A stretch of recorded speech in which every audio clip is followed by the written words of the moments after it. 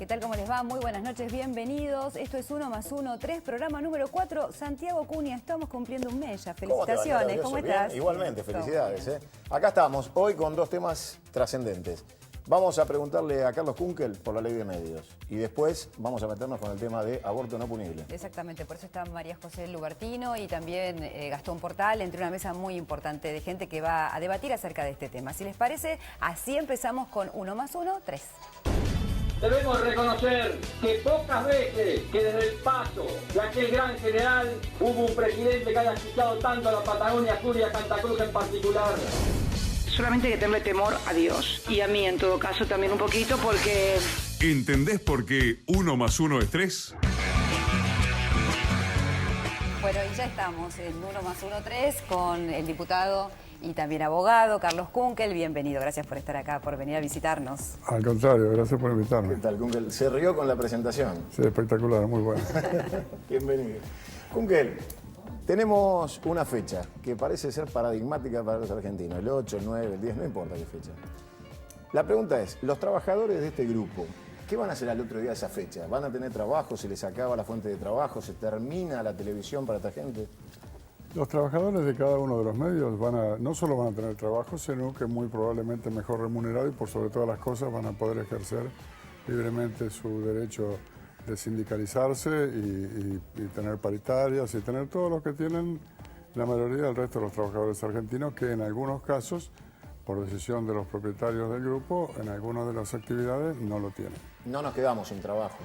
No, al contrario, va a haber mucho más trabajo y seguramente mejor remunerado. ¿Va a pasar algo? Digo, hay como mucha expectativa que el 7D va a pasar algo y que al otro día... ¿Hay algo concreto que pase el 7 o va a haber Va a llegar la medianoche y va a comenzar el 8. Es Nada una cosa importante cada día. Por lo menos para uno poder llegarlo a ver. Ya que estamos con 6, 7, 8, ¿nos cuenta un poquitito usted cuando llega a su casa? ¿Ve 6, 7, 8? Al rato sí, hay veces, no todas las noches, muchas veces tenemos actividades. Acá queremos que, porque nosotros los hemos invitado a los periodistas de 678 que están súper invitados. ¿Usted lo ve a Cunio sentado en la mesa de 678? ¿Lo invitarán a Cunio? No, porque no, yo supongo que sí, pero forma parte de la programación, yo no integro el staff que toma esas decisiones. Prométanos que hoy corta para verse a usted mismo con nosotros. Claro. Kunkel, ¿qué pasa con respecto a el presupuesto nacional que llegó al Congreso y del cual algunos dicen que es un dibujo, que la inflación es la del INDEC y que esa inflación es mentirosa y que por el otro lado el dólar está proyectado a 5,10 y es un disparate? Son los mismos que decían que iban a ganar las elecciones. La doctora Carrió, que sacó la mitad de los votos que Altamira, el doctor Dualde, que sacó el doble que los votos de Altamira. Y sin embargo a Altamira no le preguntan. ¿Por qué no le preguntan a Altamira? ¿Será porque defiende distintos intereses? Pero el Chino Navarro también dice que los índices del INDEC no dan y no es precisamente opositor, es oficialista. Bueno, serán opiniones de él. Yo no soy... Usted sabe que ya Néstor dijo un día que a mí no me podía poner al frente del Banco Central porque no tenía la capacitación para eso. Los números los respeto la mayoría del Congreso, que es una institución que para algunos no tiene importancia, pero para la democracia sí, lo ha analizado como positivo en tiempo y forma. Usted fíjese, el anteúltimo gobierno radical estuvo 5 años y medio. Mandaron 5 presupuestos nada más en 5 años y medio y todos los mandaron en noviembre a año vencido. La Constitución dice que hay que presentarlos el 15 de septiembre. Nosotros siempre lo presentamos el 15 de septiembre del año anterior. El anteúltimo gobierno radical, que son los que constituyen, no es por reprocharles nada, sino para que tengamos un poco de realismo político con respecto a las posibilidades y a la seriedad con la que tenemos que hacer las críticas. Todos los presupuestos los mandaba a 11 meses de haberse ejecutado.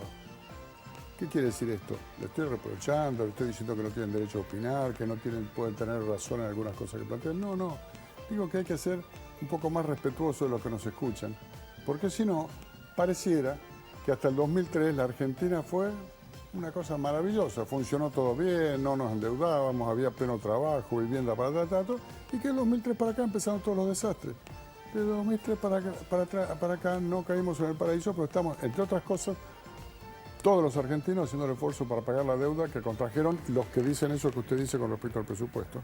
La contrajeron ellos, no nosotros, y además de haberla achicado la deuda significativamente, la Argentina ya ha expandido su Producto Bruto Interno en un 90% con respecto a lo que era en el 2002 cuando gobernaban, porque si no, por ahí un joven que nos mira y dice, a lo mejor, bueno, está bien, yo no digo que el hecho de que hayan gobernado antes con el resultado de llegar al 2001, el 2002 y como lo vivimos, no los habilita para...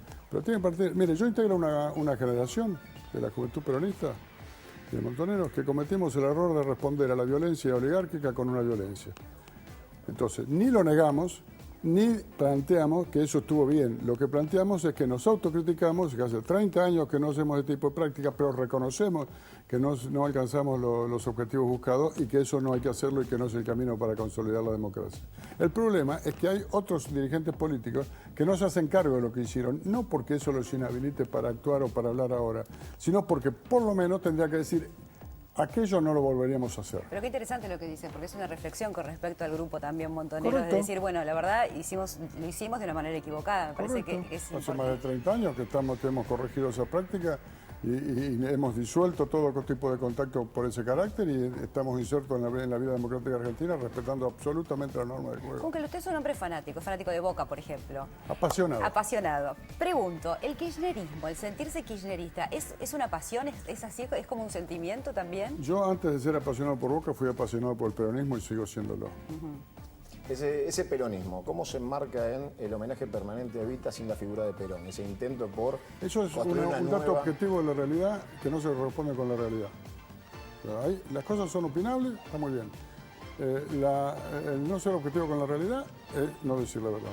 Cada vez que habla en el Salón del Bicentenario Cristina, tiene atrás una foto donde está el clásico Perón de uniforme del saco blanco con Evita con el vestido largo. Eso es absolutamente en todas las veces que habla. Cuando está sentada en la mesa. Cuando después habla, ahora se ha puesto la escenografía de la bandera argentina. Algunos intentan permanentemente en el discurso hablar de la derecha como contraposición al gobierno. Y algunos que tenían que ver con la izquierda en Argentina decían que Perón era de derecha. ¿Esto cómo se interpreta desde el gobierno? ¿Qué lugar tiene Perón? Porque el monumento nunca se hizo. Bueno, en el lugar que estaba hecho, nosotros lo reivindicamos cada vez que tomamos una decisión. Y lo más importante, más que la opinión subjetiva mía, es la opinión del pueblo argentino. Y la opinión del pueblo argentino está respaldando nuestra forma de gestionar y de hacer política. Y nosotros consideramos que estamos generando o tratando con el esfuerzo de todos los argentinos, creando las condiciones, porque los que producen las transformaciones de los pueblos son el conjunto del pueblo, los empresarios, los trabajadores. El gobierno lo que hace es generar las condiciones o facilitar que se generen las condiciones para que eso sea posible. Nosotros nos habíamos propuesto con Néstor hace 10 años trabajar para generar las condiciones de un estado de bienestar de cara al siglo XXI.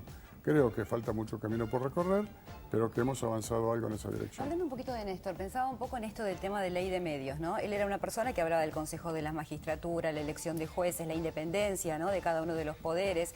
Y a veces puede sentir mucha gente que cuando se recusa algún juez, si no es afín, puede sentir que eso se está tocando, ¿no?, esa idea de independencia. ¿Cómo lo ve? Nunca se lo ha recusado a los jueces por no ser afines, en todo caso por irregularidades, y las pocas veces que los pedidos de enjuiciamiento han partido no tengo presente demasiados, generalmente participan de privados, de particulares, ¿no? Dijo Yo la estaba en el Nata... Consejo de la Magistratura 5 años, Sí. Nunca le pregunté la afiliación a un juez. Dijo la Nata que que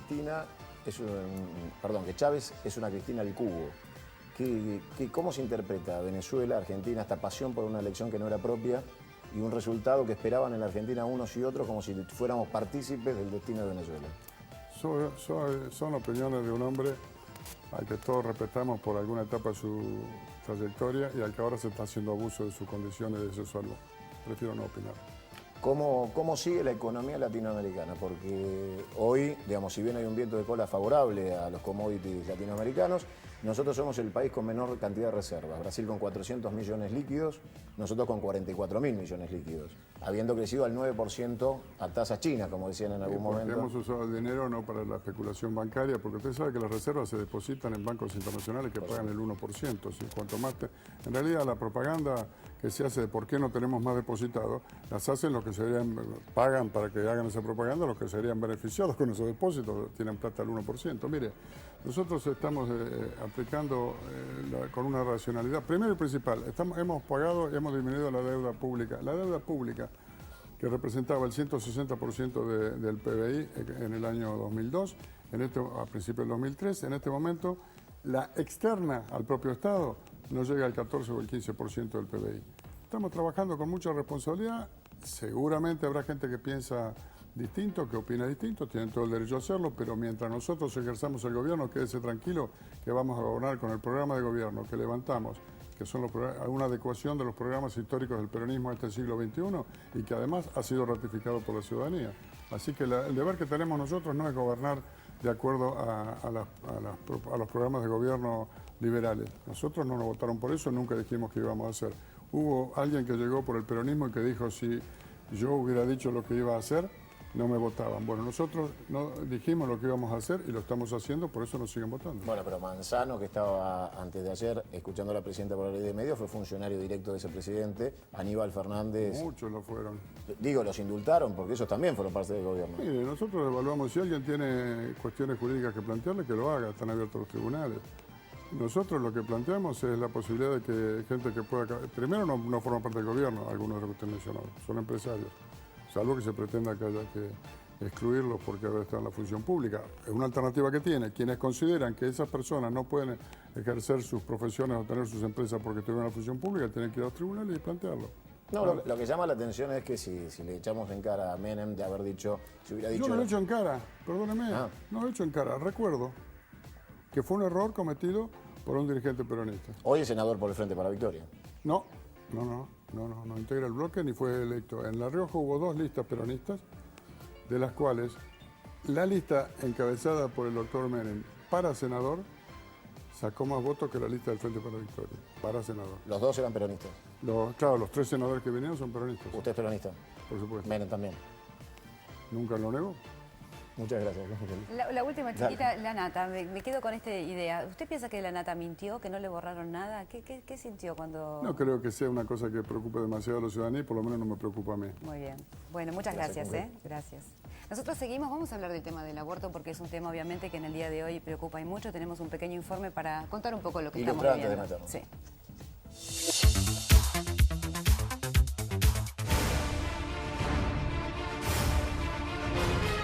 Nosotras estamos indignadas, esto es criminal, venimos a exigir ya que se realice el aborto no punible a esta mujer. La idea, digamos, no es ninguna agresión ni mucho menos. Justamente queremos el bien de la madre, como todo el mundo quiere, pero también queremos el bien del chico. El jefe de gobierno y todo el equipo le hemos pedido al procurador, que está aquí acompañándome, al doctor Contegrán, que lleve adelante el pedido de apelación contra este fallo. Usted habló de un niño. ¿De qué niño está hablando, doctor? Usted sabe que ni siquiera la ciencia tiene una posición uniforme respecto de que en las primeras semanas de gestación eso se pueda considerar un niño y usted habló de un homicidio. Pero por favor, Y hay un niño que va a ser víctima de un pero perdóneme, usted es un ignorante lo que está diciendo, un absoluto ignorante. De una mujer, yo no estoy poniendo en riesgo absolutamente. Pero esta situación puntual se da en un hospital como es el Ramos Mejía de la capital federal, que depende de la jefatura de gobierno, esto depende del señor Macri. Ventilar estos casos, digamos, es por lo menos una situación desaconsejable. Desde la concepción, la violación no quita que sea un niño por nacer y que tenga derechos. Usted pretende que porque sea violado... ¿Cómo no va a ser un niño? El Código Civil y la legislación internacional es terminante que eso es persona. Desde el primer instante de la concepción. Son absolutamente cuestionables desde el punto de vista. Pero lo que pasa es que usted sabe lo que pasa, usted no es periodista, usted es una promotora ideológica.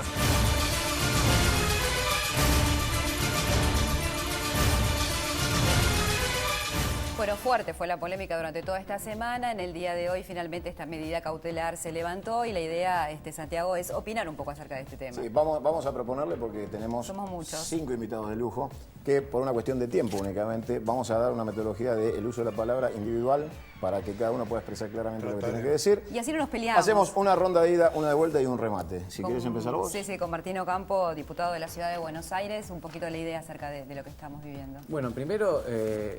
Es lamentable todo este proceso en el cual se terminó frenando que se pudiera hacer la práctica de aborto no punible en la Ciudad de Buenos Aires a través de la utilización del sistema judicial y a través de ONG y procedimientos en el marco de las acciones judiciales que están reunidos por lo menos con la buena fe en el accionar judicial. Digo, expedientes que se presentan en los despachos de los jueces. Y a esto también tiene un lado positivo y hay que decirlo, que es el fallo de la Corte. La verdad, la Corte ha actuado en forma celérica, como tenía que actuar, resolviendo el problema de fondo para que esta mujer que había sido víctima de una violación pudiera practicar el aborto y se pudiera cumplir con el fallo de la Corte del anterior que autorizaba en los casos de abortos no punibles hacer esta práctica abortiva. Así que me parece que, por un lado, empezó mal, porque me parece que hay que terminar con estas operaciones utilizando la justicia, porque ya está resuelto el tema de la Corte, no es un tema no resuelto judicialmente, y lo que hay que hacer es cumplir ese fallo de la Corte y me parece muy bueno la resolución judicial final de la Corte. En una palabra, Macri finalmente, ¿cuál es su postura? ¿Veta, no veta la ley? ¿Cuál es? Bueno, pero eso no tiene que ver con la práctica, que ver con esto, con la discusión, porque también hay que hablar de la despenalización del aborto y de la práctica, de lo que se sancionó en la legislatura, que es en base al fallo que dictó la Corte. En la segunda. En la segunda. No al lugar. Yo le contesto. En la segunda. Sofía Rodríguez. Lo va a vetar igual. Pero... Sofía Rodríguez, abogada, vocera de Frente Joven, entonces, también su palabra. No. Yo no soy acá, perdón. Para nosotros lo que es lamentable es que se esté proponiendo como solución el aborto a una mujer que fue víctima de trata, que sufrió mucho, o sea, lo más aberrante que le puede pasar, pero además agregarle otro mal, además de la violación, someterla a una intervención quirúrgica, quitar la vida de un niño y que el Estado no se meta de fondo en lo que es salud pública, acompañarla, ayudarla. Porque yo lo que escucho todo el tiempo es el aborto como solución, pero ¿y el delito de trata? ¿El violador? ¿Qué pasa con esto? Cuando se pone el aborto como solución, como algo fácil, realmente el Estado no va de fondo, no acompaña a la mujer. Y como mujer, como joven que soy, como Frente Joven, hoy los jóvenes queremos otra cosa.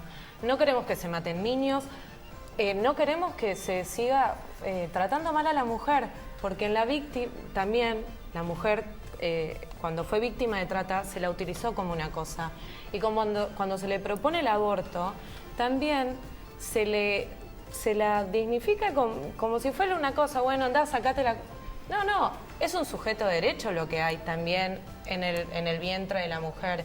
Entonces, Frente Joven es un ONG que va por los derechos humanos, tanto de la mujer, queremos su salud integral, que el Estado la acompañe con políticas de salud pública y además defender el derecho de este niño por nacer, que es sujeto de derecho. Ahora sí, Marta, vas a ser escritora. Bueno, yo creo que hay que celebrar la celeridad con que la Corte Suprema resolvió el caso, zanjó el caso, desbaratando así la enésima maniobra de los grupos fundamentalistas que, como tienen un accionar que está completamente fuera de la normativa, la única argucia que tienen, la única metodología que pueden tener es a través de argucias y papeleo judicial dilatar el momento de la interrupción del embarazo hasta hacerla imposible. En ese sentido, deseo que este caso, que fue realmente escandaloso, el hecho de que hayan ido a hostigarla al domicilio de ella y que hayan hecho lo mismo en el hospital, ejerciendo presión sobre los médicos y sobre toda una población hospitalaria que necesita paz, sirva para que se cumpla por fin uno de los conceptos fundamentales del fallo de la Corte del 13 de marzo, que es que los abortos en caso de riesgo de vida, de salud de la madre y en caso de que el embarazo resulte de una violación, no tienen que pasar por la justicia, no necesitan autorización judicial. El fallo lo dice muy claramente. La decisión, dice el fallo, no es del juez, es de la embarazada. No es una mujer a quien se le impone un aborto. Es una mujer que ha demandado un aborto, estando en su pleno derecho, y que el director del hospital es, entre otros, el responsable de haberlo prohibido a los médicos que estaban dispuestos a responder a la demanda como corresponde según la ley. Lo veo con ganas de opinar a Raúl. Sí. Ahora te toca a vos. Bueno, me toca a mí. No habrán dicho, yo estoy en contra del aborto, obviamente, obviamente para mí. Con el mayor respeto, yo la quiero mucho y la admiro a María José Lubertino, pensamos distinto, pero en otras cosas coincidimos. No se puede querer y pensar distinto, eso no tiene nada que ver. No, pero con respecto a este tema. Sí, claro. Para mí, yo soy creyente, ¿no? No tengo que disculparme por eso, ni me considero fundamentalista por eso. Y creo que la vida nace en la concepción, a partir de la concepción. No estoy solo, porque no cree el derecho romano, la Constitución Nacional, el Código Penal, el juramento hipocrático que nadie habla, ¿no? UNICEF, etcétera. Pero no importa. Para mí, yo opino eso. El que no es distinto, yo creo que la vida es sagrada, y además quiero dejar nada más que 3 o 4 preguntas. Quiero preguntar, no afirmar. Bueno. Cuando el espermatozoide fecunda el óvulo, ¿no? Y ya hay vida, ahí está el genoma, la ciencia me faltó y las grandes religiones que piensan lo mismo. Está el genoma, es toda la información, ya somos nosotros en el mundo de la cibernética, ¿no? Ya somos. Después empieza a crecer y me pregunta qué es lo que tiene en la panza una mujer. Hay 3 posibilidades. Puede tener un ser, un vegetal, un animal o un mineral. Mineral evidentemente no tiene una piedra. El vegetal tampoco, no tiene un cactus ni un árbol. Y animal tampoco, es un ser humano, que es la opinión mía. Y quiero, antes, por si se me va el tiempo, quiero coincidir con el que hay que aceptar el fallo de la Corte. Claro, hay que aceptarlo, aunque uno esté en desacuerdo, como estuvo uno, pero uno tiene el derecho a pensar distinto. Lo que me digo es esto, finalmente, ¿por qué los eufemismos? ¿Nos animaríamos en esta mesa a hablar sin eufemismos? En vez de decir, ¿qué es la interrupción del embarazo? Si hay un ser vivo, ¿qué hay otra cosa que matarlo? ¿Hay alguna otra cosa que matarlo? Y si se lo mata, ¿con qué derecho? Yo propongo, lo entiendo, la madre no va a ver una criatura con los ojos de su violador, lo entiendo. Propongo la adopción. Es más, me ofrezco a adoptarlo. Esta vez lo hablé con mi mujer y si alguien me lo consiente, lo ofrezco. Y finalmente voy a dar un golpe de efecto. A ver. Un golpe de efecto. ¿Tenés un multiplicador vos? Un efecto, a ver, efecto. Esto es lo que van a matar. Esto, que le duela a quien le duela, esto es lo que van a matar, lo van a trozar, trozar como se hace con los pollos, esto es lo que van a hacer. Esto que es un ser vivo que tiene todo el derecho a vivir, tiene 2 meses y medio. Bueno, a ver, María José, que... Sí, bueno, en primer lugar, lo que hay que decir es que haya una legislación que permita el aborto legal, seguro y gratuito, de ninguna manera hace obligatorio para nadie tener que interrumpir un embarazo o hacer un aborto. Esto quiere decir que cuando nosotras como campaña por el derecho al aborto planteamos la necesidad incluso de una ley nacional sobre este tema, estamos planteando finalmente que cada persona pueda decidir en función de sus circunstancias, de su embarazo, y eso no hace obligatorio, y eso permite respetar las ideas de Raúl o las ideas de Sofía, y también las ideas de Marta o de Martín. En segundo lugar, en este caso en concreto, para mí el eje de la cuestión ahora pasa porque haya una fuerte presión social para que Macri no vete la ley, porque el tema central es que nosotros tenemos que tener un protocolo en la ciudad de abortos no punibles, mientras tanto también bregamos para que avance a nivel nacional una ley que no tenga que ver con abortos no punibles, sino con la legalización del aborto en términos generales, pero el tema central es que hoy en la ciudad de Buenos Aires Macri no vete el aborto no punible, porque nosotros nos expresamos como diputados y diputadas democráticamente después de un largo debate, y hubo 3 momentos donde realmente el PRO cercenó o puso cepo a los derechos de las mujeres. Hace 5 años que se quiere llevar este debate al recinto, por distintos mecanismos se fue no logrando que hubiera una mayoría suficiente o parando en las comisiones. La misma semana que íbamos a sancionar la ley, sacan una reglamentación el exministro Lemos y Macri, maniatada, restrictiva, inconstitucional, porque dice la reglamentación actual de la ciudad que le pone un tope de 12 semanas, cuando en realidad el Código Penal desde 1921 no tiene ningún plazo en los casos de riesgo para la vida, la salud o la violación, y tampoco lo tiene el fallo de la Corte, porque dice que tiene que haber una denuncia y nosotros no estamos de acuerdo porque los protocolos básicos de atención a las mujeres víctimas de violencia sexual dicen que es voluntario de la mujer hacer la denuncia o no, porque también restringe en el caso de la niña que tenga que ir con el padre, que obviamente, como ustedes saben, habiendo abuso intrafamiliar puede llegar a ser el violador. Entonces, el eje de la discusión hoy es esa, y entre tanto también digamos que nosotros hicimos una denuncia contra la jueza que falló contra derecho por prevaricato en el Consejo de la Magistratura, junto con la diputada Nadeo y otras diputadas,